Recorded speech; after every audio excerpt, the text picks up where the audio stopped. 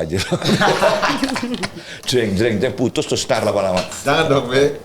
Jangan. Jov, lo mau gabung nggak di sini? Enggak, mojok aja, Be. Enggak mau ganggu. Nggak mau ganggu ya? Emang kenapa? Mau ganggu? Emang dia Biar mau lebih ngapain? luasa apa Be maksudnya? Biar Be lebih luasa. Lebih luasa? Tergantung tantenya dong. Oke, lo istirahat dulu deh. Siap. Lo istirahat dulu deh. Kita balik lagi ya, jauh-jauh ya. Siap. Ya. Tuh kaos lo lecek banget sih soal panasnya. Enggak dong. Minta yang baru dong. Bikin malu aja nih.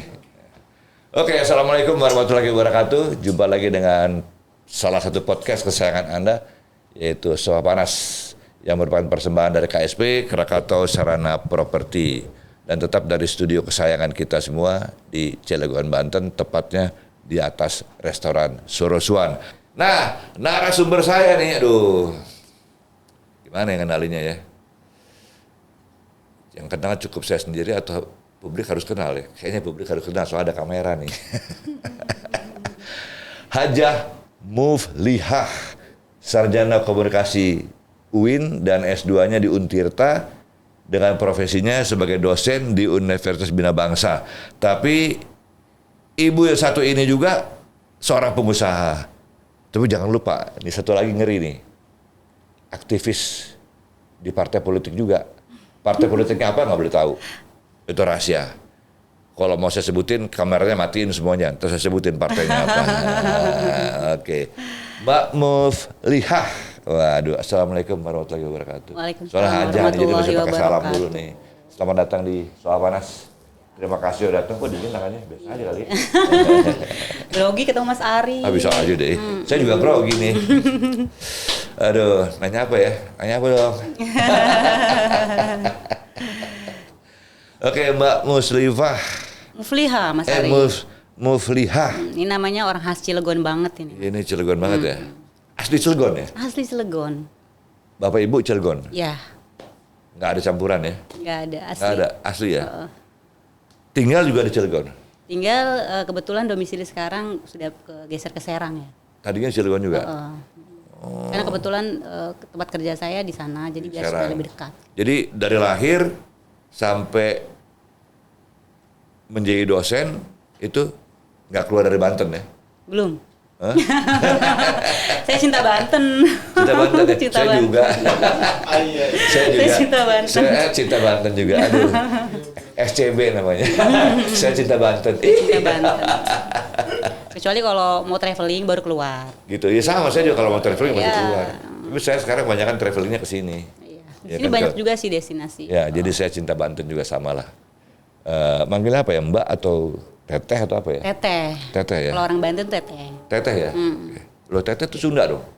Enggak, di sini juga teteh panggilan. Oh gitu? Oke. Oke, Teteh. Sebagai sarjana komunikasi, ini S2 ya? Itu yang S1. Yang S1 ya? S2-nya di Untirta kan? Untir. Di Untirta. Kemudian menjadi dosen juga di Universitas Bina Bangsa, Serang. Boleh nggak berbagi dengan apa, khususnya kaum perempuan di Banten atau di Indonesia lah, karena yang nonton Indonesia sih. Profesi sebagai dosen bagi seorang perempuan itu gimana sih gitu loh? Monggo. Ya. Terima kasih Mas Ari. Sama-sama. Sebetulnya berangkat dari kesenangan saya mengajar sebetulnya. Jadi sebelum jadi dosen saya pernah jadi guru juga gitu. Oh gitu. Jadi guru BK selama 7 tahun. Nah, jadi guru BK itu Guru BK itu ya, apa? guru bimbingan konseling. Bimbingan konseling? Iya, bimbingan konseling. Soal apa itu? Kalau orang kenalnya guru BK itu galak ya. Masa sih? Iya, karena tugasnya guru BK itu ngawasin anak-anak yang bolos, yang bermasalah gitu. Padahal itu stigma yang salah sebetulnya. Guru BK Gitu tuh ya? justru harus memunculkan potensi anak. Ini anak senangnya kemana sih gitu. Oh Ya, gitu. kalau misalkan lulus Berapa dari- tahun jadi guru BK dulu? Hampir 7 tahun. Lumayan Hampir ya? 7 tahun. Oh itu sebagai dasar Ya, Anda menjadi dosen sekarang ya? betul, betul. Jadi punya hobi mengajar. Hobi mengajar. Keren tuh, Iya. keren aja. Karena kalau mengajar itu pahalanya ngalir terus, Mas. Satu itu, kedua, kita bicara di negara kita nih, yang namanya pendidik atau pengajar tuh kan apresiasinya masih kurang gitu loh. Iya. Ya kan? Tapi Anda terjun di satu kegiatan yang masyarakat masih miskin memberikan apresiasinya. Betul. Pemerintah juga masih miskin tuh.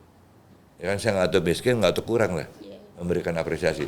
Kira-kira betul nggak? Saya punya kesimpulan. Iya betul. Tapi saya punya pikiran gini, ketika saya menjadi seorang pendidik, motivasi saya adalah dalam mengajar itu harus lebih santai gitu.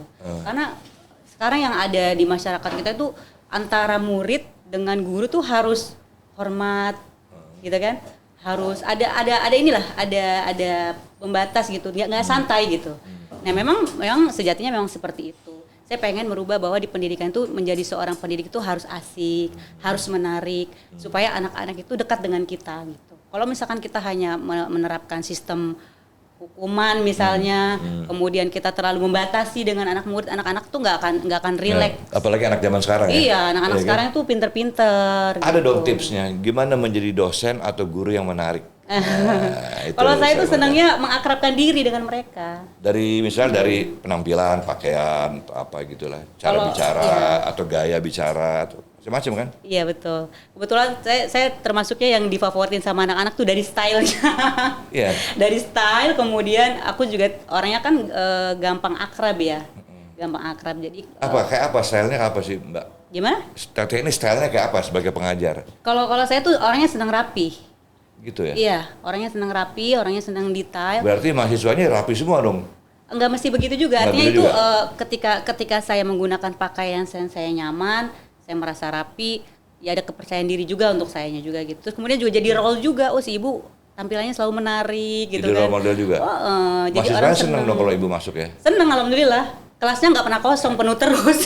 Jadi dosen favorit dong? Ya, alhamdulillah jadi dosen favorit juga. Gila. Aduh, paling-paling mahasiswa tahu aja. Gitu, jadi berangkat dari seorang pengajar, kemudian memang keluarga besar saya juga latar belakangnya pendidik semua gitu kan, termasuk orang tua saya almarhum. Oh, keluarga pendidik nih? Iya, kebetulan almarhum Jadi orang tua saya juga satu ada keluarga yayasan. pahlawan tanpa nama ya? Mudah-mudahan. Iya kan? Guru kan gitu istilahnya. Dulu, kalau itu kan dulu soalnya. Ya nggak apa-apa dong. Oh iya. Masih relevan kok. Khawatir ada yang tidak setuju kalau sekarang itu diterapkan gitu. Gitu ya. Tapi kan itu hanya sekedar istilah sebetulnya kan. Tapi betul memang tugas guru Iya kan, mulia. kita kan repot di sini nih. Bangsa kita ini apa-apa dimasalahin gitu repot ya. Betul. Duh gemes deh, gue gemes deh. Ya, berangkat Kayak, dari aduh, banyak pendidik. urusan yang lebih penting dong. Iya. Iya kan gitu kan Mbak? Iya. Ya kan? Maaf saya kadang-kadang kalau omong bangsa suka emosi deh. Oh, nggak apa-apa. Suka esomi Supaya gitu. semangat nasionalisme terus menggebu ya. Ini merah putih saya udah bukan di topi aja nih.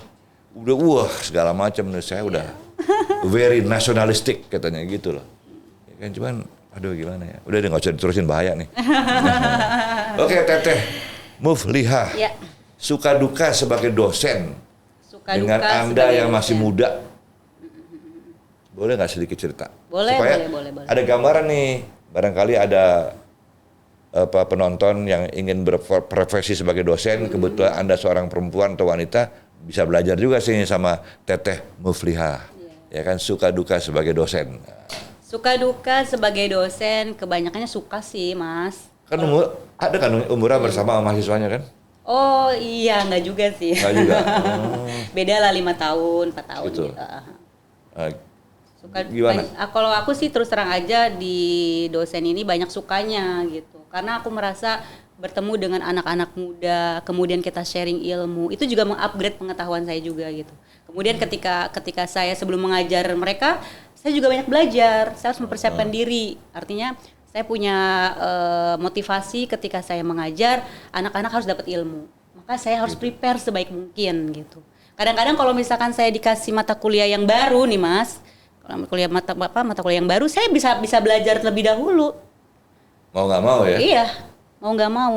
Jangan Karena kalah mahasiswanya juga gitu kan? iya dong. Karena anak sekarang kan Pintar-pintar. satu pinter, Iya. kedua ada sebabnya kenapa anak-anak sekarang kelihatannya pinter. Karena ini loh informasi gampang banget didapat sekarang. Iya. Lain sama zaman saya dulu kan. Anak sekarang tinggal buka handphone sebentar, wah, cari informasi apa udah dapat aja. Semuanya ada di Mbak Google ya. Ada di Mbak Google semua. Jadi sebetulnya ada bagusnya, ada nggak bagusnya juga sih ya. Ya gitu. Jadi banyak sukanya, saya bilang banyak sukanya karena saya setiap harinya, setiap kali ketemu anak-anak tuh saya punya motivasi yang baru gitu, semangat yang baru. Apalagi kita bisa memberikan semangat juga untuk mereka bagaimana menjadi generasi yang cerdas gitu kan, bagaimana menjadi generasi yang bisa bermanfaat untuk masyarakat umum. Karena pada kenyataannya sih Mas ya, teori itu hanya pendukung saja sebetulnya. Setuju saya. Ilmu yang paling terapan yang paling pasti itu adalah di lapangan atau di lingkungan. Gitu. Jadi di kehidupan itu sebenarnya kan. Di kehidupan yang sebetulnya.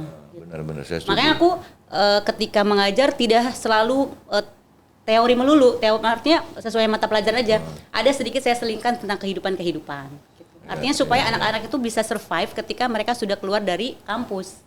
Jadi apa yang dipelajari di kelas bisa diaplikasikan juga kan? Ya di luar gitu.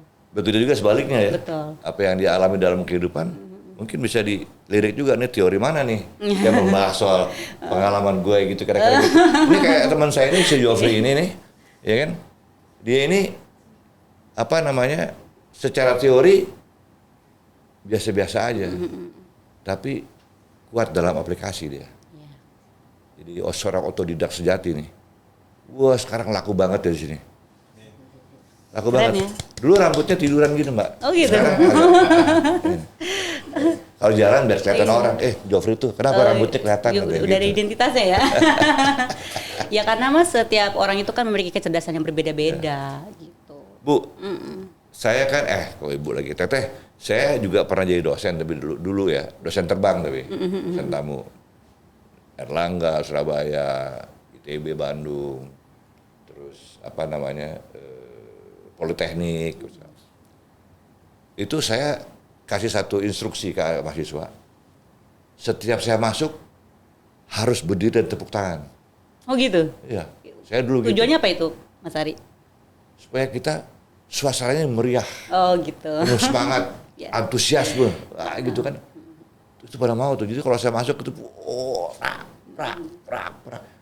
Saya bilang, jangan berhenti tepuk tangan sebelum saya suruh berhenti. Gitu. Tepuk tangan terus. Waduh, saya bilang, ada mahasiswa yang bilang gini, Pak, wah pinter nih, 5 menit buat tepuk tangan doang. Ini ngajar tinggal 25 menit dong.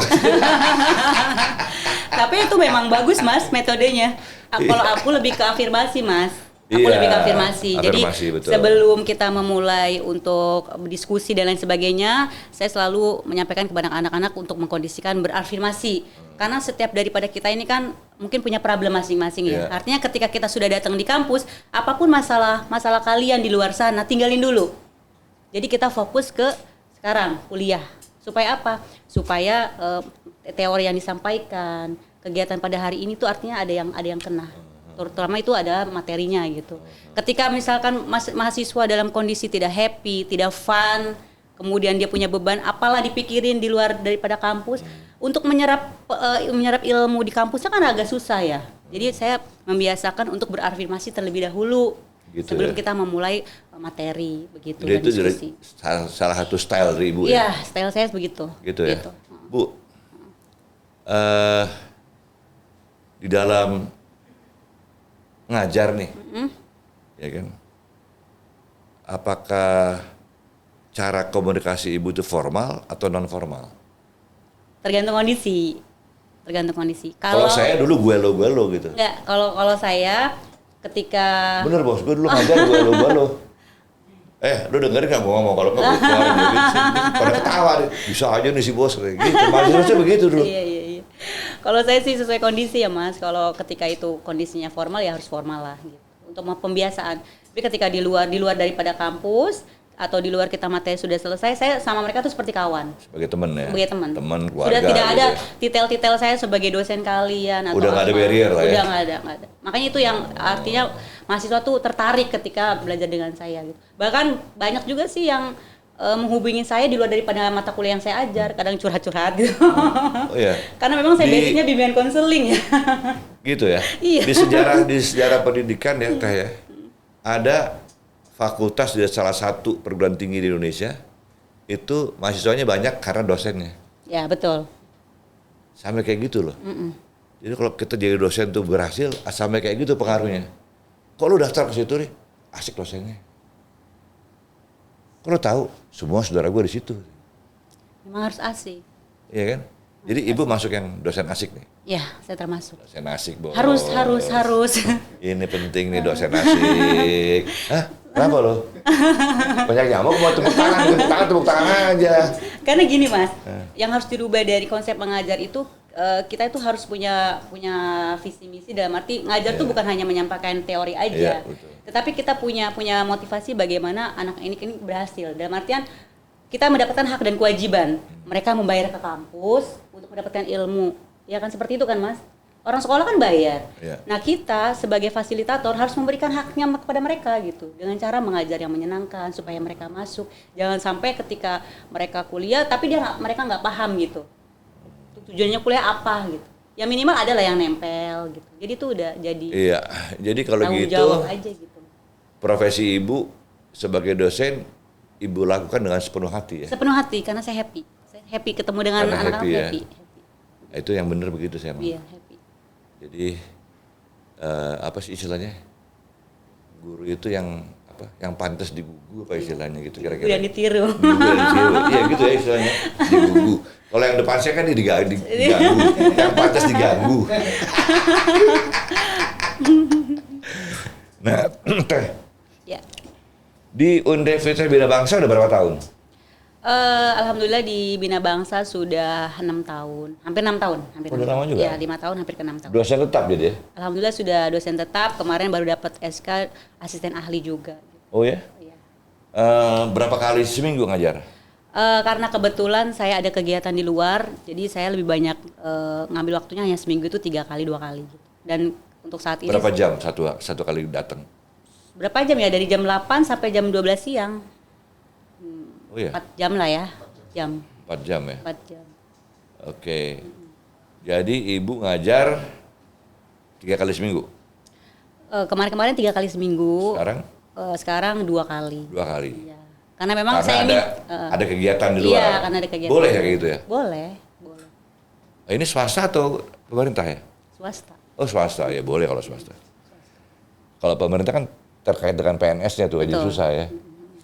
Nah sekarang pertanyaan saya, ibu ngajar 2 kali seminggu, nggak tiap hari, teteh ngajar 2 kali seminggu nggak tiap hari, berarti ada kegiatan lain dong di luar. Ada. Boleh nggak diceritain apa aja sih kegiatannya? Saya dengar juga seorang politikus nih. Saya tadi mau ngomong deg-degan nih buat politikus nih. Bahaya nih. Politikus bos. Politikus nih kalau kumpul diitik-itik. Terus kus gitu kira-kira. Ya. Jadi kalau di kegiatan di luar daripada mengajar, biasanya saya kadang jadi narasumber. Oh gitu. Ya, narasumber. Narasumber untuk di daerah atau untuk instansi atau apa? Kadang instansi, kadang kegiatan umum. Pemda juga, di Pemda gitu. Oh ya. Narasumber untuk bidang apa ya? Lebih banyak sih ke bidang politik ya. Politik. Iya. Ibu belajar politik dari siapa sih? Autodidak, Mas. Autodidak. Nggak ada yang ngajarin? Nggak ada. Boleh cerita sedikit nggak? Cerita aja. Oh gitu.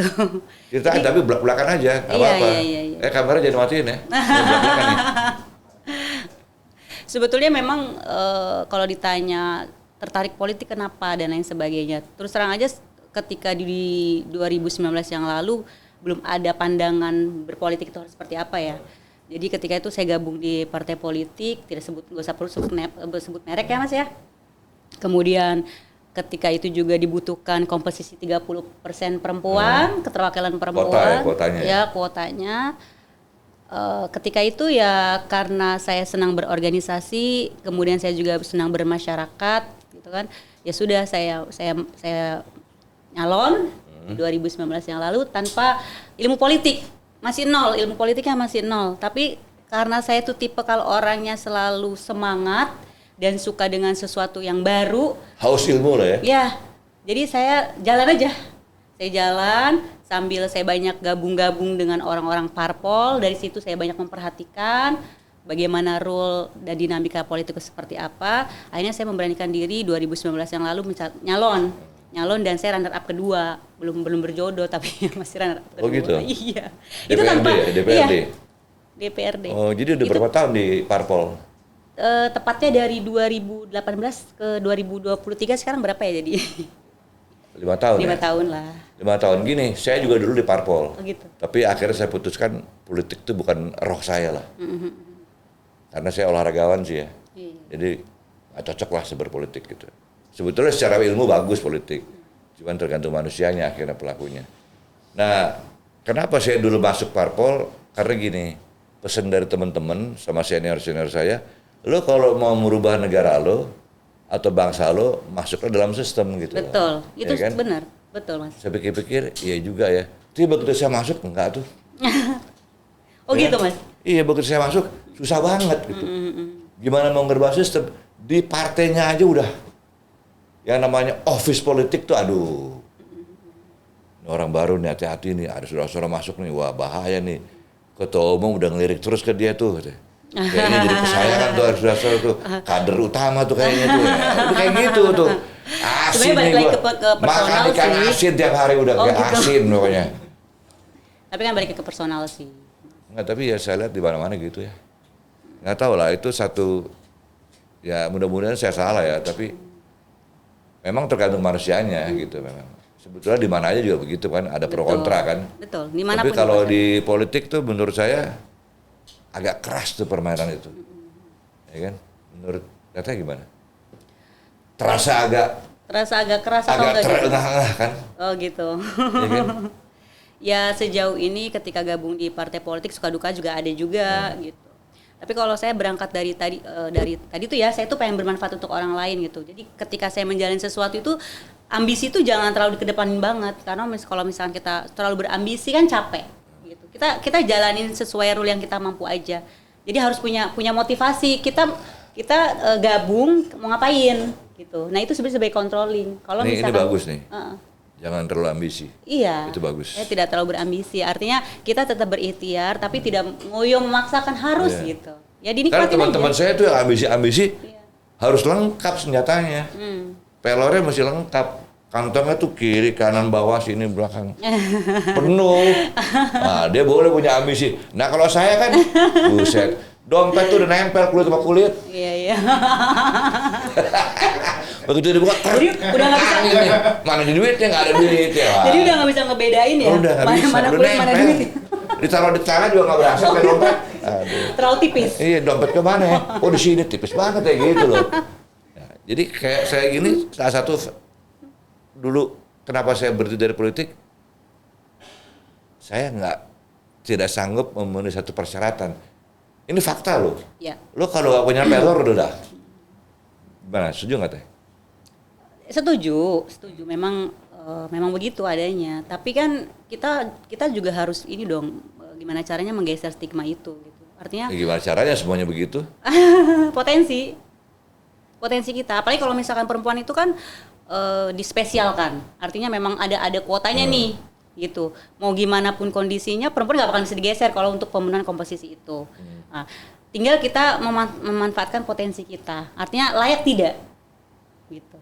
Karena biasanya partai juga akan melihat kalau misalkan ada yang berpotensi, wah ini potensial nih, bisa nih didukung, dibantu atau bekerja sama misalnya begitu. Tapi Teteh tahu di partai politik tuh ada istilah-istilah yang agak nyeleneh tapi menyebalkan gitu. Apa itu? Wah, orang baru nih. Wah, anak emas nih. Anak emas nih.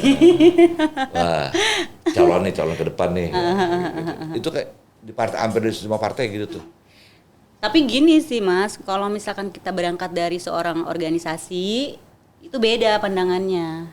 Beda. Kalau misalkan kita memang punya kegiatan yang positif, kemudian juga artinya kegiatan-kegiatan kita itu memberikan efek yang bagus deh. Itu udah pandangannya udah akan beda lagi. Gitu. Tapi menurut saya Teteh aktif dalam dua hal yang Bertolak belakang.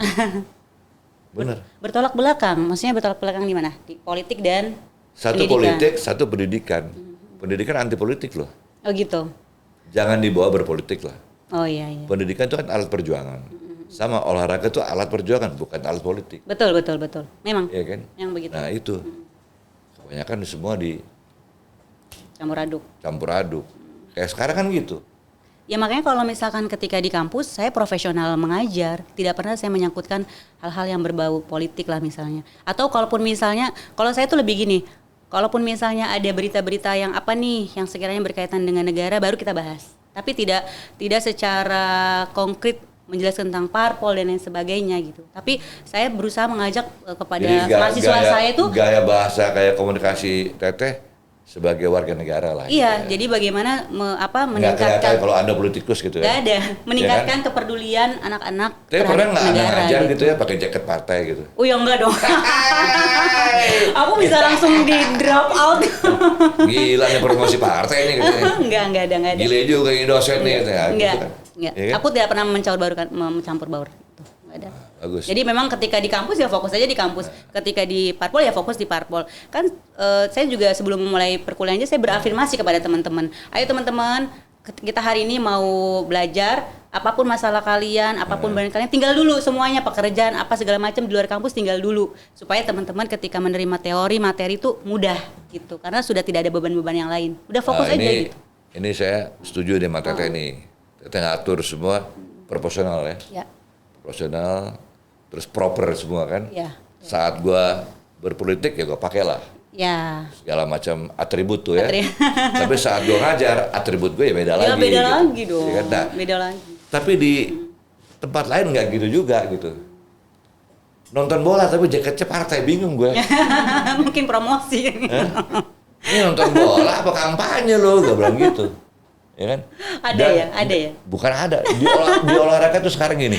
Orang partai politik, lo marah sama gue semua, silahkan. Gue bilang, ini fakta, gue ngomong fakta nih. Di olahraga sekarang, terutama olahraga yang punya massa ya. Basket, volley, futsal, sepak bola. Itu banyak, pejabat, pemerintah, partai, itu cari panggung di situ. Oh iya. Saya bilang sih sah-sah aja, silakan aja. Tapi tolong ada aturan main lah. Jangan lo pakai olahraga itu sebagai alat politik. Jangan lupa lo olahraga itu alat perjuangan. Iya kan? Sama kan pendidikan juga begitu, alat perjuangan untuk memerdekakan bangsa dari kebodohan kan. Betul. Ya kan? Kita olahraga juga gitu. Merah putih berkibar. Bahkan saya punya harapan kalaupun misalnya nanti saya benar-benar di politik, saya ngajar nggak akan saya tinggalin. Saya akan tetap ngajar. Apalagi itu amanah orang tua dulu gitu. Kamu kalau mau nyari pahala, ngajar jangan ditinggalin. Kalau kita berbicara material, ya tahu sendiri lah ya. Apalagi tadi Mas Ari bilang, pendidikan di kita ini belum begitu diapresiasi lah dalam hal Betul. penggajian dan lain sebagainya gitu. Tapi kalau kita misalkan orientasinya hanya soal gaji saja ya, pada akhirnya semangat mengajar kita nggak ada. Dan satu lagi, pendidikan tuh mahal di sini. Iya.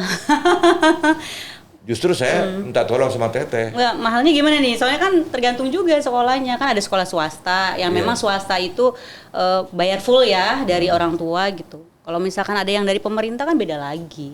Ya tapi gini loh, dari sekian 250 juta lebih bangsa Indonesia yang membutuhkan sekolah nih,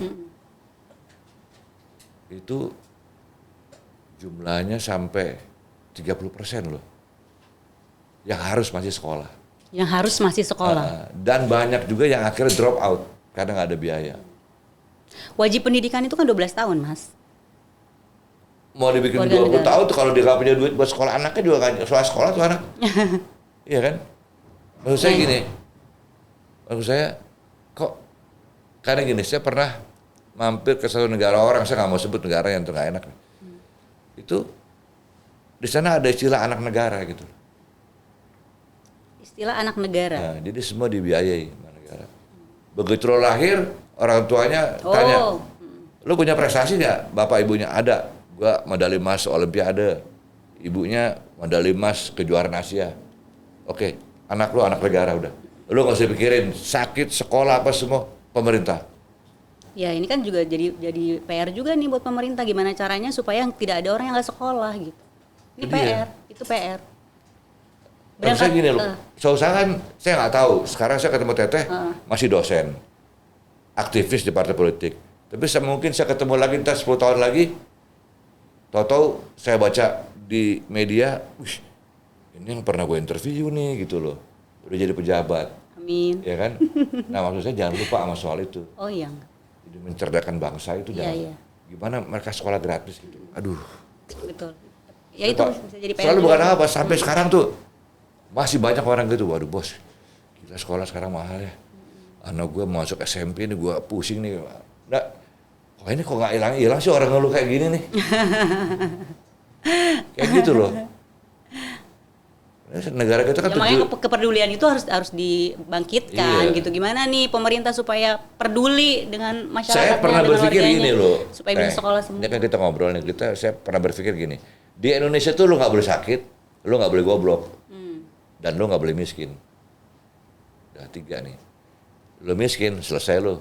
Lu sakit, selesai lu. Lu goblok, apes lu gitu. Di Indonesia gitu. Jadi lu nggak boleh miskin, lu nggak boleh sakit, lu nggak boleh goblok. Sementara lu kenapa goblok, lu nggak sekolah. Kenapa nggak sekolah? Lu miskin. Terus lu kenapa nggak boleh sakit? Nah begitu sakit lu nggak punya duit, miskin. Maka yang dirombak itu pendidikan dulu. Nah itu dia. Kan di ayatnya udah jelas, orang Nah, yang punya ilmu itu maksud derajatnya saya- ditingkatkan.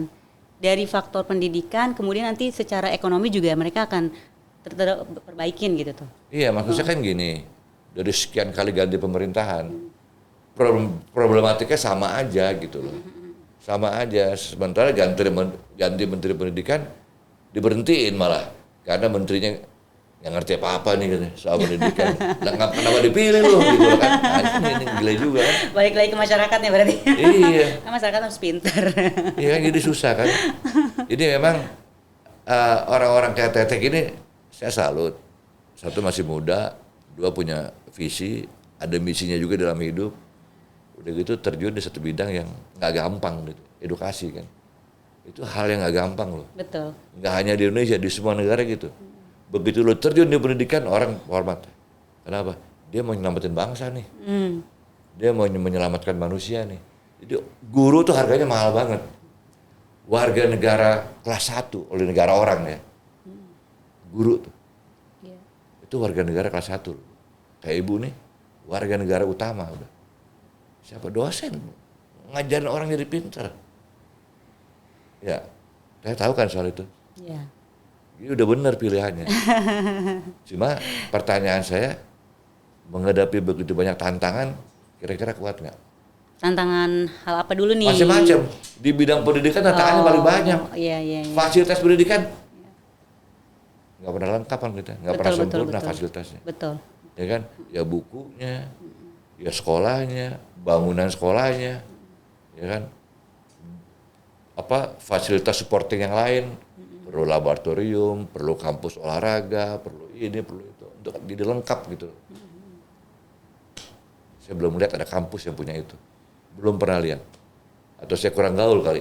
Banyak kok sekarang udah banyak. Udah banyak. Udah kan? banyak. Nah, bagus lah kalau banyak. Udah banyak. Cuman manfaatnya ada nggak? Dan harus ada dong. Ya Masa kan? udah ada fasilitas tidak dimanfaatkan? Karena gimana? gini loh, Teh, sebagai pendidik nih, saya kasih pekerjaan rumah nih Teh. Tolong dipikirin. Ada satu kampus, kampus keren. Mahasiswanya dan mahasiswinya harus punya nilai bagus di olahraga. Karena mensana and corpore sano. Warisan. Di dalam badan yang sehat terhadap jiwa yang sehat. Katanya gitu. Bukan gua kesana lo kesono, enggak. Tapi di lain pihak, saya datang ke kampusnya, mata pelajaran olahraga itu hanya sekedar permainan. Nggak diajarin tuh mahasiswanya, dengan olahraga lu belajarnya apa sih? Sportivitas, sportsmanship, play by the rules, ya kan? Fair play. Itu nilai-nilai luhur yang ada di olahraga. Lu ajarin dong mahasiswa lo gitu. Jangan cuma bertanding, cari menang kalah, menang kalah. Itu yang diajarin. Lu mesti menang, lu mesti menang. Ya, salah nih kayak gini. Karena olahraga pada dasarnya basicnya pendidikan juga kan, Mbak. Iya, iya. Ya kan? Cuman kalau- Ini salah-salah dulu, Mbak Teteh. Jadi pertanyaannya mana nih? Tantangan dulu atau apa dulu nih yang saya harus jawab nih? Kompleks Kalau kan nih? kalau tantangan tuh pasti banyak ya. Tinggal kalau saya sih lebih kepada penguatan mental. Karena kalau sebesar apapun problem masalah, kalau mental kita nggak kuat itu kita udah kalah duluan gitu. Jadi kalau saya tuh lebih kepada gimana caranya supaya mental saya kuat. Maka saya nggak pernah menghindari masalah. Ketika ada masalah saya hadapin. Saya ada masalah saya hadapin. Karena dari masalah-masalah itu saya bisa belajar, kemudian akhirnya mental saya lebih kuat. Ketika kita sudah mentalnya kuat, kita menghadapi apapun tuh enjoy banget. Gitu Udah lebih enjoy aja gitu, nggak panik gitu kan. Nggak ini, karena kita sudah artinya sudah pernah melalui fase itu, kemudian kita bisa melewati, ada fase yang begitu lagi kita sudah santai, udah tahu lah. Obatnya udah tahu gitu. Kuncinya udah tahu gitu. Kalau gini. Ini kan saya juga sekolah udah kemana-mana, saya olahraga juga berprestasi gitu. Terus saya terjun di masyarakat, saya kerja di sana, kerja di sini. Saya nggak perlu orang pinter deh, orang yang mengerti bagaimana kita harus hidup sebagai bangsa gitu. Betul. Itu aja susah nyarinya. Kesadaran itu ya. Itu susah nyarinya susah. Kesadaran berbangsa dan bernegaranya susah gitu. Jadi warga negara yang bagus lah. Oh, jadi warga negara yang bagus. Ya kan? Edukasi terus lah. Ya kan? Harus ada edukasi. Udah berapa kali ganti pemerintahan masih. Kadang di atas juga kadang-kadang ngasih contoh juga sih. Kayak gini Mas, karena orang itu kan punya mindset sendiri ya. Persepsi orang itu kan beda-beda. Kita nggak bisa pukul rata sama gitu tuh. Kita yang ada di studio ini aja persepsinya tentang satu hal itu pasti berbeda-beda. Nah begitu juga dalam dunia pendidikan misalnya. Kita punya visi misi pengen begini, pengen perfect, sempurna. Loh, yang lain belum tentu seperti itu. Maka yang harus dilakukan adalah bagaimana menyamakan persepsi supaya berhasil. Kalau ada misalnya sudah diedukasi, kemudian gak berhasil dan lain sebagainya, mungkin yang harus kita evaluasi adalah mungkin tekniknya, caranya, sudah pas belum, sesuai dengan kebutuhan, begitu. Jadi yang utama itu samakan persepsi dulu, nggak bisa, karena apalagi dengan begitu banyak masyarakat dengan latar belakang yang berbeda, pendidikan yang berbeda, usia yang berbeda, tentu melahirkan pola berpikir yang berbeda-beda, gitu. Kayak misalkan misalkan saya gini di kampus. Dengan satu kelas itu ada sekitar 50 mahasiswa. Saya nggak bisa memukul rata 50 mahasiswa itu kemudian harus mengerti mata kuliah saya. Karena bisa jadi dari sekian banyak 50 mahasiswa itu keahlian mereka itu bukan di mata kuliah saya, di mata kuliah yang lainnya gitu. Maka yang saya lakukan tadi itu, ayo kosongkan dulu.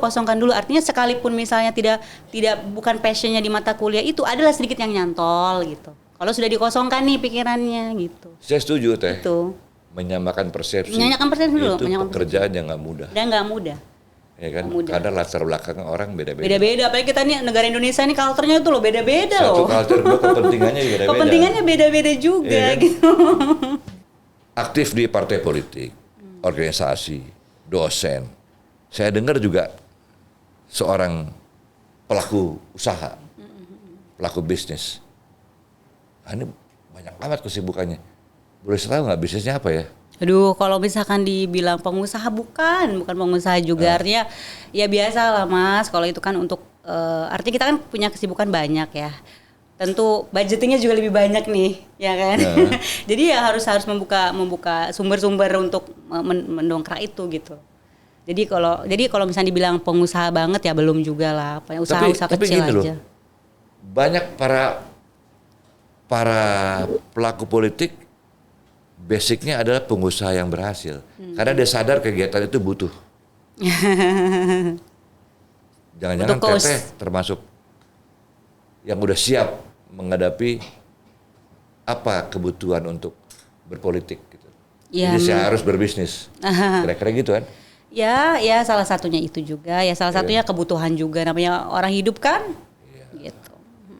Iya memang kalau manusia hidup ya memang uang bukan segalanya. Betul. Tapi kalau nggak ada uang, ya repot juga repot ya. Juga. Ya, bener juga sih. Mau ke sofa panas juga kalau nggak ada bensinnya nggak jalan. Kenapa nggak bilang? Oh ya lupa saya. Ya kalau bilang kan dijemput. Aduh gimana sih? Aduh Mas bilang dong ntar gue yang jemput. Aduh. Gimana sih? Jadi kalau besok harus bilang ya sama Mas Ari. Bilang dong kan saya nggak tahu apa nih. Saya pikir. Gitu ya. Aduh narasumbernya dosen, wah udah sip lah, dosen kan fasilitasnya luar biasa kan. Ya kan, kalau tuh bensin nggak punya, waduh kasihan. Aduh sedih setelah hari ini. Kan tadi ditanya kenapa ada usahanya perlu lah gitu. Teh, tadi di awal pembicaraan Teteh menjelaskan asli Cilegon ya. Asli Cilegon atau asli Banten? Asli Cilegon. Asli Cilegon. dari lahir sampai sarjana Iya. di Cilegon. Cilegon. Pertanyaan lagi nih. Pertanyaannya adalah saya kaitkan dengan profesi. Teteh sebagai dosen. Kemudian sebagai S2. Sebagai anggota partai. Sebagai kader partai. Yang berjuang buat bangsa katanya gitu kan. Pertanyaannya adalah kenapa sih kok Cilegon tidak menghasilkan, belum menghasilkan orang-orang yang berkibar di Indonesia gitu. Wah ini Cilegon nih, ini orang Cilegon. Di atlet juga, wah ini jadi juara dari Cilegon nih. Film, pemain film, wah ini dari Cilegon nih. Seorang ahli komputer, wah asal Cilegon tuh. Seorang menteri, ini dari Cilegon nih, putra Cilegon nih. Putra. Ada apa dengan Cilegon? Salah kalau kayak gitu. Salah ya? Sebetulnya banyak orang-orang berpotensi di kota Cilegon ini Berpotensi banyak. tapi nggak jadi, nggak keluar, nggak muncul di permukaan. Itu loh Ya pertanyaannya. banyak sebetulnya. Cuman kan permasalahannya publish dengan media atau tidak, gitu aja. Banyak. Bahkan wali kota kita sendiri aja asli orang Cilegon. Bagaimana beliau berproses sekarang, gitu kan? Tapi itu jadi bahan pembicaraan saya kemarin sama wali kota juga. Wali kota juga bilang, Banyak kok orang-orang potensial di benar Cilegon itu. juga loh Tinggal mas. Pertanyaan itu benar juga katanya. Gue setuju tuh. Emang orang-orang top di Indonesia nih jarang dari Cilegon. Nah, wali kotanya juga bilang begitu. doakan saya next berikutnya. Itu pasti. Doakan saya next. Itu pasti. Next generation Itu nggak ya. usah ngomongin kalau itu pasti.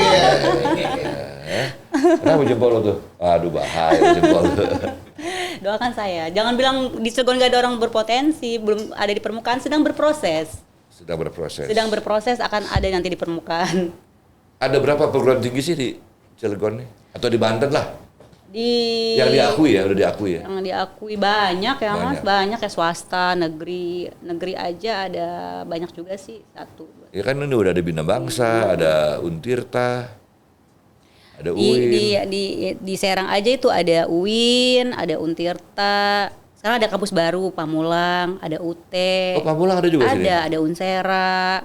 Banyak lah. Ada Stikom. Dosen-dosennya qualified gak?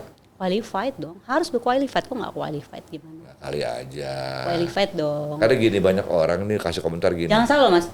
Jadi ketika kita masuk ngelamar jadi dosen, itu tesnya sulit loh Mas. Oke, bagus kalau begitu bagus. Sulit. Cuman ini masyarakat ada yang nyinyir juga. Gimana katanya Mas? Itu sekolah cuma keren doang. Ya kan? Yang ngajar juga nggak jelas, cuma cari duit doang, gedungnya aja keren gitu. Ada juga begitu. Oh iya. Ya nggak usah di Cilegon, di Jakarta aja banyak yang gue nyesel tuh anak gue sekolah di sana. Mahal uang sekolahnya, uang pembangunannya mahal, gurunya payah. Enggak sih kalau kayak itu sih gitu lah. sebetulnya bisa dihindarkan, apalagi kalau kita kan banyak maintenance ya, pelatihan kompetensi kayak gitu. Banyak pelatihan kompetensi Itu kan dosen. bicara kompetensi juga nggak gampang. Betul. Artinya kalau ada statement seperti itu ya tidak dibenarkan juga sebetulnya. Tidak dibenarkan atau bisa diterima? Bisa diterima tapi tidak 100%. Karena saya merasa banyak juga kok yang qualified juga gitu. Kalaupun misalnya. Di Jakarta kan kayak jamur tuh. Apa internasional gitu. Perguruan tinggi atau SMA, SMP, SD. Nggak hanya di Jakarta, di daerah lain juga ada gitu. Yang kesannya lebih mementingkan komersilnya ketimbang kualitas pendidikannya. Nah ini kan jadi PR saya ini Mas.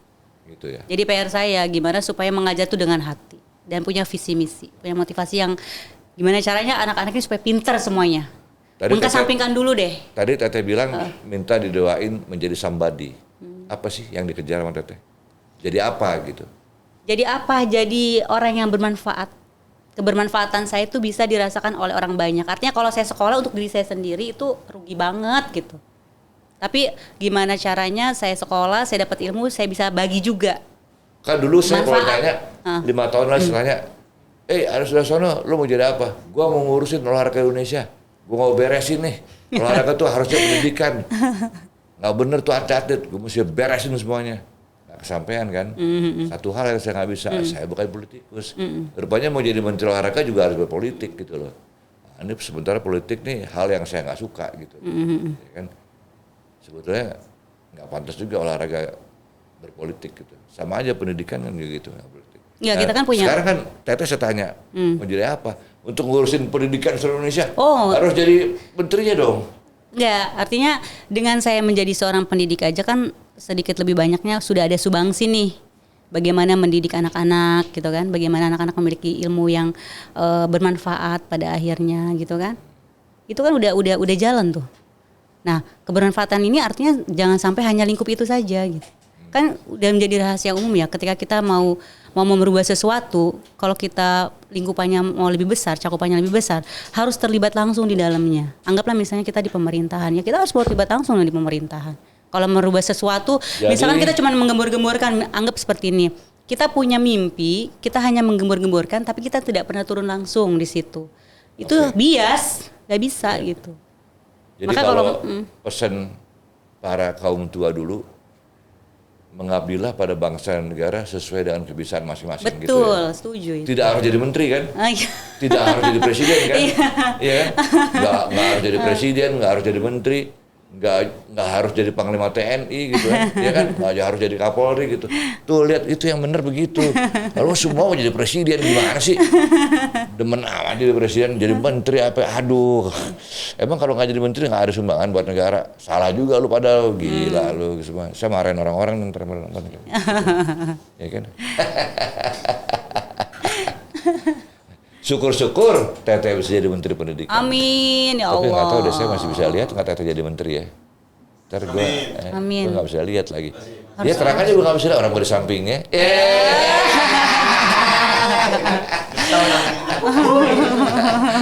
jadi bapak ibu menteri kan.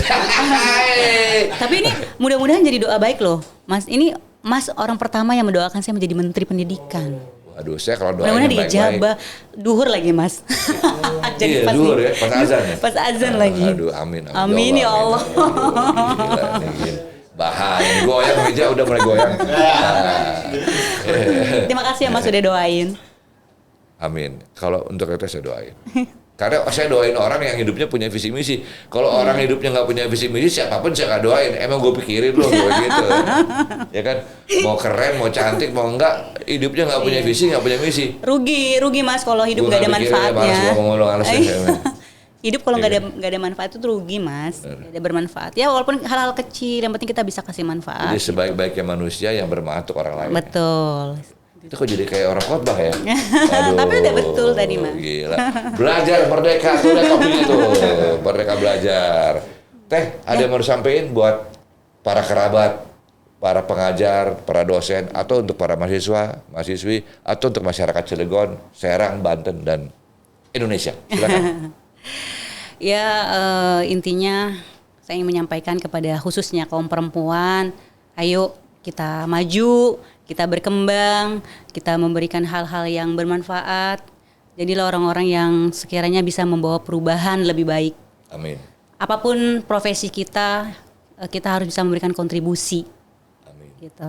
Jadi perempuan harus cerdas, harus mandiri, kemudian juga harus multi talent. Perempuan ini spesial. Ya. Multi talent perempuan itu.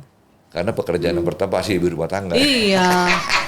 Iya, laki-laki gini Mas. Jadi kalau laki-laki berhasil itu hal biasa.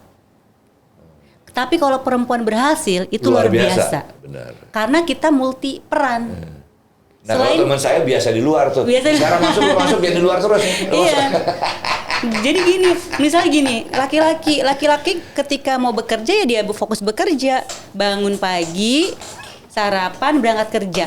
Perempuan bekerja, bangun pagi, nyiapin sarapan, nyiapin anaknya, sudah selesai semua, baru nyiapin dirinya sendiri, baru bisa bekerja. Fasenya agak beda. Tapi ketika dia berhasil, itu luar biasa. Artinya dia mampu memaintenance dirinya sendiri. Gitu. Maintenance-nya berarti bagus, manajemennya berarti bagus. Ya, siap. Gitu. Teteh, terima kasih. Terima kasih. Udah hadir di Soal Panas. Pembicaraan hari ini sungguh panas. Ya, aku juga merasa kepanasan juga. Gitu ya, udah mulai berkeringat ya. Udah mulai berkeringat. Aduh, ini seru. Kita salaman lagi nih, terima kasih. Oke, Jofri siap? Siap. Salaman terus kayak gini, gitu kan. Oke, demikianlah jumpa kita dengan narasumber kita, seorang dosen yang luar biasa, Hajah Muflihah, seorang sarjana komunikasi S2 dari Untirta, dan seorang politikus. Kita doakan mudah-mudahan beliau satu ini akan berhasil meraih apa yang diimpikan sesuai dengan Amin. misi dan visi hidupnya. Amin, amin. Amin, amin, ya Rabbil Alamin. Kita jumpa lagi di lain kesempatan. Assalamualaikum warahmatullahi wabarakatuh. Joffrey! Everybody say, dengarkanlah di mana saja. Oh, ini lagu tentang sopak panas. Yo, sopak panas, bikin gemas. Sopak panas, sama ganas. Sopak panas, jangan cemas.